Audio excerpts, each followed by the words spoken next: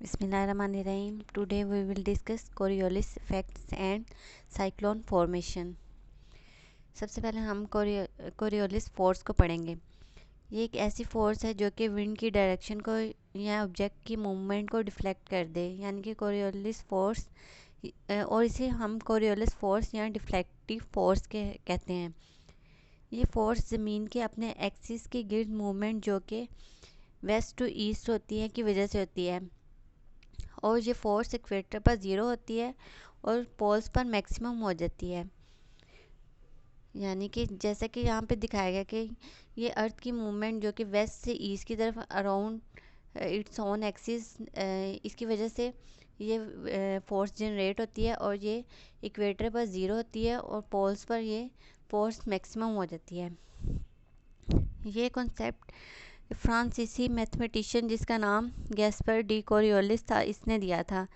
मिसाल के तौर पर अगर एक ऑब्जेक्ट वन एक उसकी पोजीशन वहाँ से टू की तरफ मूव करना चाहता है, लेकिन नॉर्थ पोल पर ये राइट साइड की तरफ डिफ्लेक्ट कर जाता है, और बजाय इसके कि वो पॉइंट टू पर पहुँचे, वो ऑब्जेक्ट पॉइंट थ्री पर पहुँच जाता है। ये कोरियोलिस फोर्स अर्थ की एंगुलर मूवमेंट और ऑब्जेक्ट की मूवमेंट का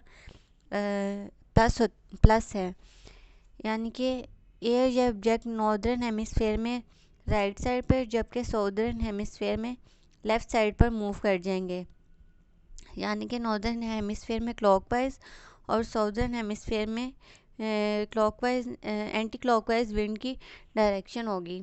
यानी कि नॉर्दर्न साइड पर क्लॉकवाइज और साउदर्न साइड पर एंटी क्लॉकवाइज विंड की डिफ्लेक्शन हो जाएगी। यानी कि अगर वो यहाँ से यहाँ की तरफ मूव कर रहा है तो इस तरफ को कोरियोलिस फोर्स लगेगी और वो राइट साइड की तरफ मूव कर जाएगा।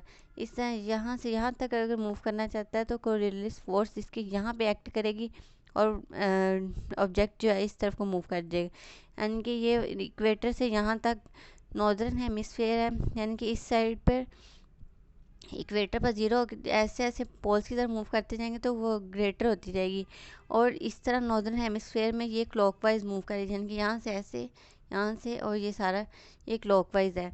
जबकि साउदर्न हेमिस्फेयर में अगर ऑब्जेक्ट ने यहाँ से यहाँ मूव करना है तो कोरियोलिस फोर्स इस साइड पे एक्ट करेगी, जिसकी वजह से एक्चुअल पोजीशन से ये इस तरफ की तरफ बेंड कर जाएगा, और ये एंटी क्लॉकवाइज है इस साउदर्न हेमिस्फेयर की तरफ। नेक्स्ट हम पढ़ रहे हैं characters of Coriolis force. Coriolis force हमेशा डायरेक्शन ऑफ मूवमेंट के परपेंडिकुलर होती है, और ये फोर्स सिर्फ डायरेक्शन को अफेक्ट करती है, विंड या ऑब्जेक्ट की स्पीड को ये अफेक्ट नहीं करती। ये पोल्स पर स्ट्रॉन्गर जबकि इक्वेटर पर वीक होती है।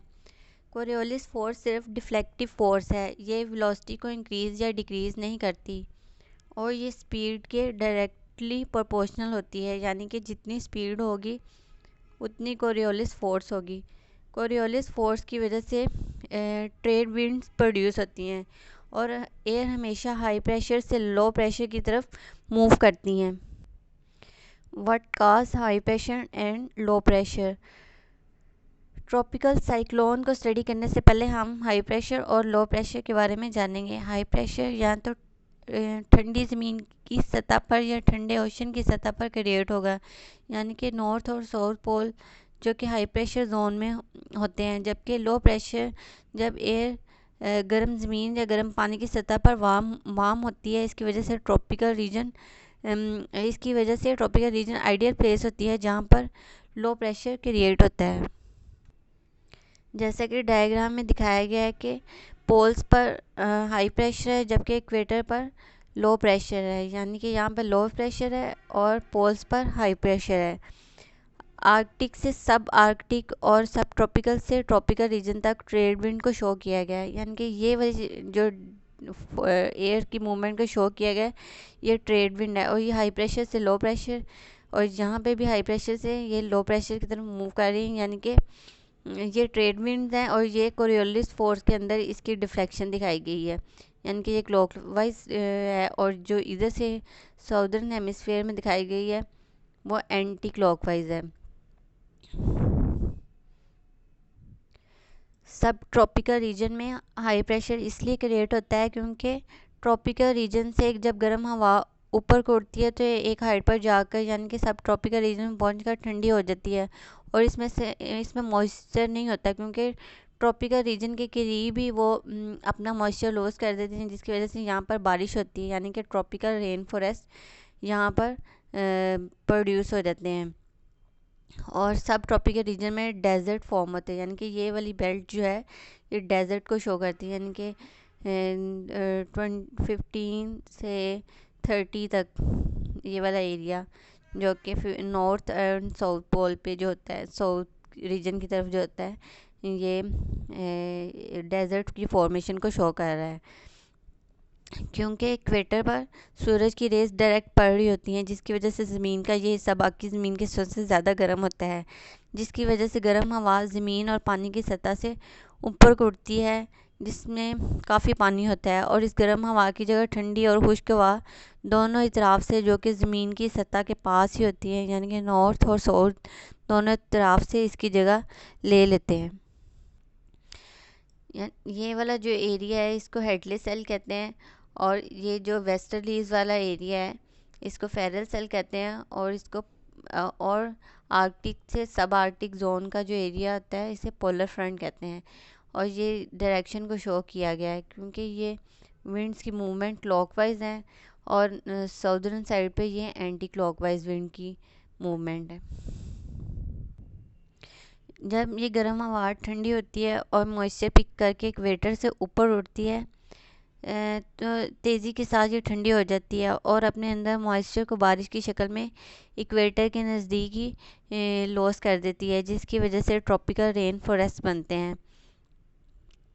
जैसे जैसे एयर ऊपर जाती जाती है ये अपने अंदर से मॉइस्चर को लॉस कर देती है और ये ठंडी हो जाती है, और आखिरकार सब ट्रॉपिकल रीजन जिसे हाई प्रेशर बेल्ट भी कहते हैं, जो कि 25 से 35 डिग्री नॉर्थ और साउथ लैटिट्यूड में वाक़या होते हैं, जिसकी वजह से यहाँ पर डेजर्ट फॉर्म हो जाते हैं। जैसे कि यहाँ पे दिखाया गया है कि ये वाला एरिया जो लो प्रेशर का है, यहाँ पे ट्रॉपिकल रीजन है जहाँ पर मैक्सिमम सनशाइन होता है, यानी कि सूरज की रेज़ डायरेक्ट पड़ रही होती है, जिसकी वजह से ये गर्म हो जाता है और गर्म रेज़ गर्म एयर ऊपर को उठती है और इसके ट्रॉपिकल रीजन के करीब ही अपना मॉइस्चर लॉस कर देती है, जिसकी वजह से ट्रॉपिकल रेन फॉरेस्ट बनते हैं। और जब ये हवा मज़ीद ऊपर को उठती जाती है तो ये वाला एरिया जो कि हाई प्रेशर जनरेट होता है, ये गर्म हवा ऊपर को उठकर हाइट पर जाकर ठंडी हो जाती है, जिसकी वजह से मॉइस्चर अपना यहीं पे लॉस कर देती है। ये ठंडी और खुश्क हवा होती है, और ये यहाँ पर ये वाले एरिया में जिसे सब ट्रॉपिकल रीजन भी कहते हैं, यहाँ पर डेजर्ट फॉर्म हो जाते हैं। नेक्स्ट है हमारे पास cold desert formation due to rain shadow effect. Mountain rain shadow effect की वजह से डेजर्ट फॉर्मेशन कॉज करते हैं। जब गर्म हवा किसी माउंटेन से टकराती है तो इस तरह से विंडवर्ड साइड पर गर्म हवा ठंडी हो जाती है और बारिश की सूरत में अपना मॉइस्चर लूज़ कर देती है। जब ये माउंटेन को क्रॉस करती है तो ये ड्राई एयर नीचे की तरफ लीवरवर्ड साइड पर मूव करती हैं और गर्म हो जाती हैं, और इस तरह माउंटेन की एक तरफ फॉरेस्ट और दूसरी तरफ डेजर्ट बन जाते हैं। यानी कि जब गर्म हवा ऊपर को उठेगी और माउंटेन से टकराएगी तो ये अपना मॉइस्चर लॉस करेगी और रेन की सूरत में इस तरफ विंडवर्ड साइड पर बारिश हो जाएगी, और माउंटेन की एक तरफ तो फॉरेस्ट है। जब ये हवा इस माउंटेन को क्रॉस कर लेगी जिसने अपना मॉइस्चर लूज़ कर दिया हुआ है, जब ये विंड नीचे की तरफ मूव करेगी, हाइट से नीचे की तरफ आएगी तो ये फिर गर्म हो जाएगी, और इसके लीवरवर्ड साइड पर एक तरफ माउंटेन के फॉरेस्ट फॉर्म हो जाएगा और दूसरी तरफ डेजर्ट फॉर्म हो जाएगा।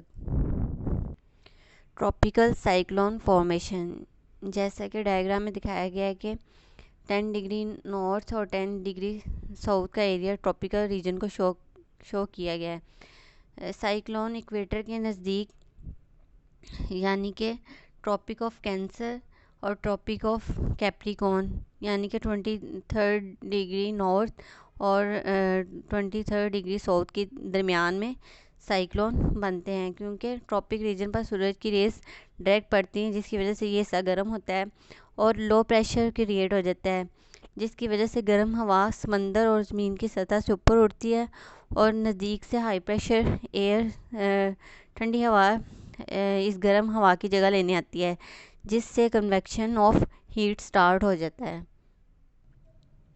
यानी कि जब गर्म हवा जब ठंडी हवा गर्म हवा की जगह लेती है तो उसको साइडिंग कहते हैं। यानी कि यहाँ से गर्म हवा ऊपर उड़ती है और ठंडी हवा उसकी जगह लेती है, तो इस तरह कन्वेक्शन ऑफ हीट स्टार्ट हो जाता है।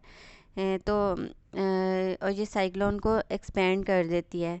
यानी कि इस तरह ये साइकिल चलता रहता है, और जो दरमियान वाला एरिया होता है ये लो प्रेशर का होता है, और इससे आई ऑफ साइक्लोन भी कहते हैं। जैसे जैसे साइक्लोन का डायमीटर एक्सपेंड करता जाता है, स्पाइरल रेन का बैंड भी एक्सपेंड करता जाता है। ये इक्वेटर के नॉर्थ साइड पर समर और ऑटम में, और साउथ साइड पर दिसंबर से मार्च में जब मैक्सिमम सनशाइन होता है तब ये साइक्लोन बनते हैं। If you like the video, please subscribe my channel and share with your friend. Thank you.